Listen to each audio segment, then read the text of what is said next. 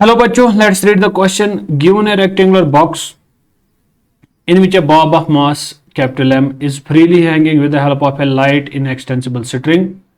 The box is moving with acceleration g in the horizontal direction and the minimum velocity given to the bob so that it can perform the circular motion. Length of string is r. Assume that the dimensions of the box are very large as compared to the length of the string.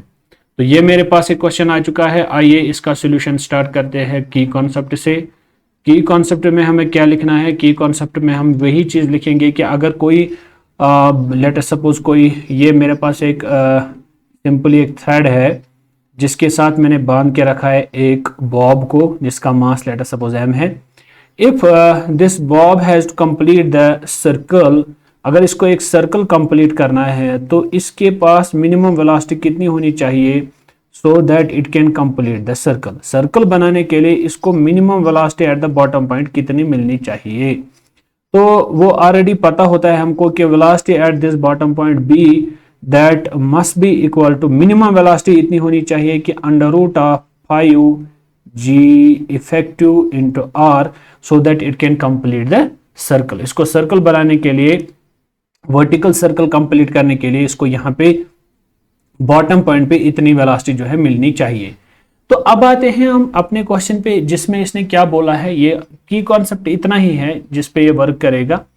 तो अब हम इस question को थोड़ा finally solve करने की कोशिश करते हैं।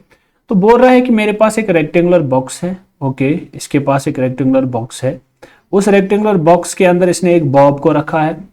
तो लेट अस सपोज ये बॉब यहाँ पे अटैच्ड है जिसका मास कैपिटल M है। ओके, जिसका मास कैपिटल M है और ये बॉक्स जो है ये अटैच है इस बॉक्स के, ये बॉब जो है अटैच है इस बॉक्स के साथ विद इनएक्सटेंसिबल स्ट्रिंग के साथ।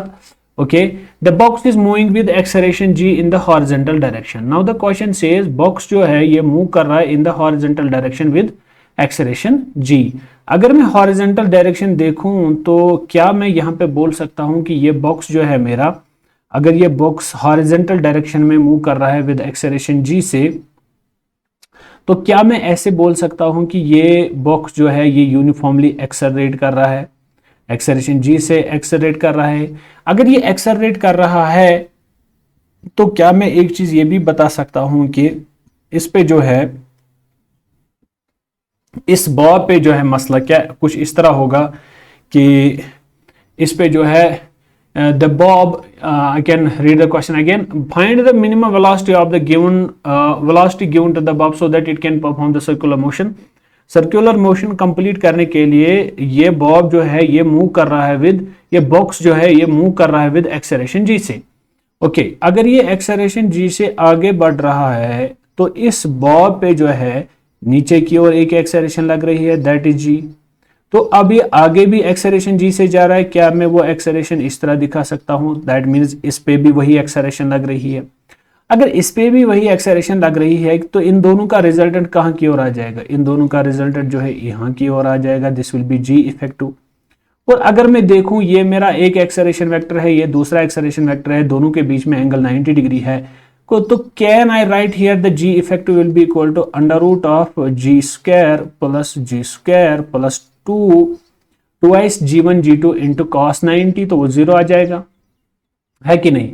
तो क्या यहाँ पे g इफेक्टिव निकल के आ जाएगा √of g square plus g square, this is twice g square, this will be √2g। तो ये चीज आप क्लियर होना चाहिए कि सबसे पहले आपको g इफेक्टिव किसके बराबर है।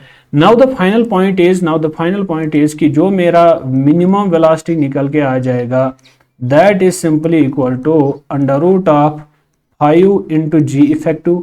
g इफेक्टिव आपका बराबर है √2 इंटू g और इसके साथ इसका अपना r एसोसिएट है।